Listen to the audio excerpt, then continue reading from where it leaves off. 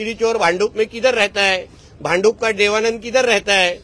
मच्छर को मारने के लिए कभी रेकी लगते नहीं, सिर्फ ऐसा करना पड़ता है। पेंग्विन मच्छराच्या मदतीला गेला तेवढाच विषय। काल तुमच्या कुठेतरी टीव्हीवर काल बातमी बघितली की संजय राजाराम राऊतच्या घरच्या कोणीतरी रेकी केली। आता मला पहिल्यांदा अनुभव आहे की मच्छर मारण्यासाठी पण रेकी करायला लागते। मच्छर मारण्यासाठी गुड नाईटचं कॉईल लावायला लागतं, त्याला रेकी करण्याची गरज नाही।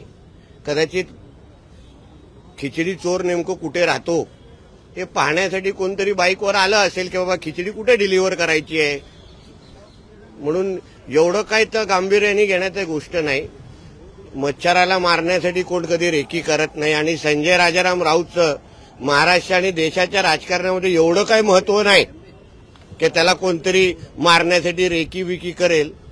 हे राजाराम राऊतचे हे दोन्ही मुलं ही पहिल्यापासून अशाच कोणतरी स्वतःच्याच कार्यकर्त्याला उभं करायचं, धमक्या द्यायच्या आणि पुऱ्या दिवसाच्या बातम्या करत बसायचं, म्हणून ह्या गोष्टीला जास्त काहीच महत्व द्यायची गरज नाही।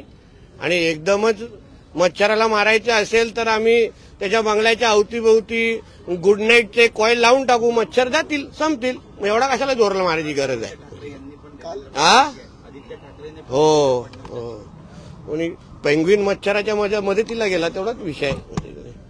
म्हणून एवढं काय ह्या गोष्टीला महत्व देऊ नका। आता शेवटी महाराष्ट्राच्या राजकारणामध्ये या सगळ्यांचं महत्व जनतेनेच संपवलेलं आहे।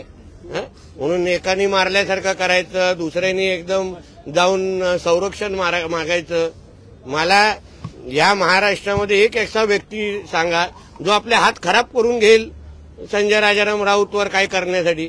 आणि ह्याच्या अगोदर पण तुम्हाला आठवत असेल अशी एक घटना झालेली, पोलिसांच्या चौकशीमध्ये नंतर असं कळलं हा त्यांचाच कार्यकर्ता होता।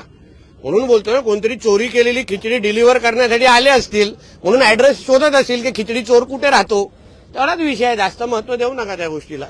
हो, कारण का एआय आणि सीसीटीव्ही फुटेज असतं तर खूप सामूहिक बलात्कार करणारे आरोपी आता आतमध्ये असते, म्हणून त्यांनी हे असं उदाहरणं स्वतःपासून सुरू करायची। स्वतः सत्तेमध्ये असताना सीसीटीव्ही डिलीट करण्यासाठी, आपले स्वतःचे कारनामे वाचवण्यासाठी सीसीटीव्ही डिलीट करायची आणि सभागृहामध्ये मोठं एआय आणि सीसीटीव्हीची मागणी करायची।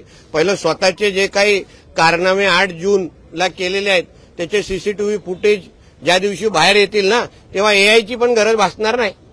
पण ह्याच्यासाठी मॅट्रिक्सच्या सर्व्हेची काय गरज आहे?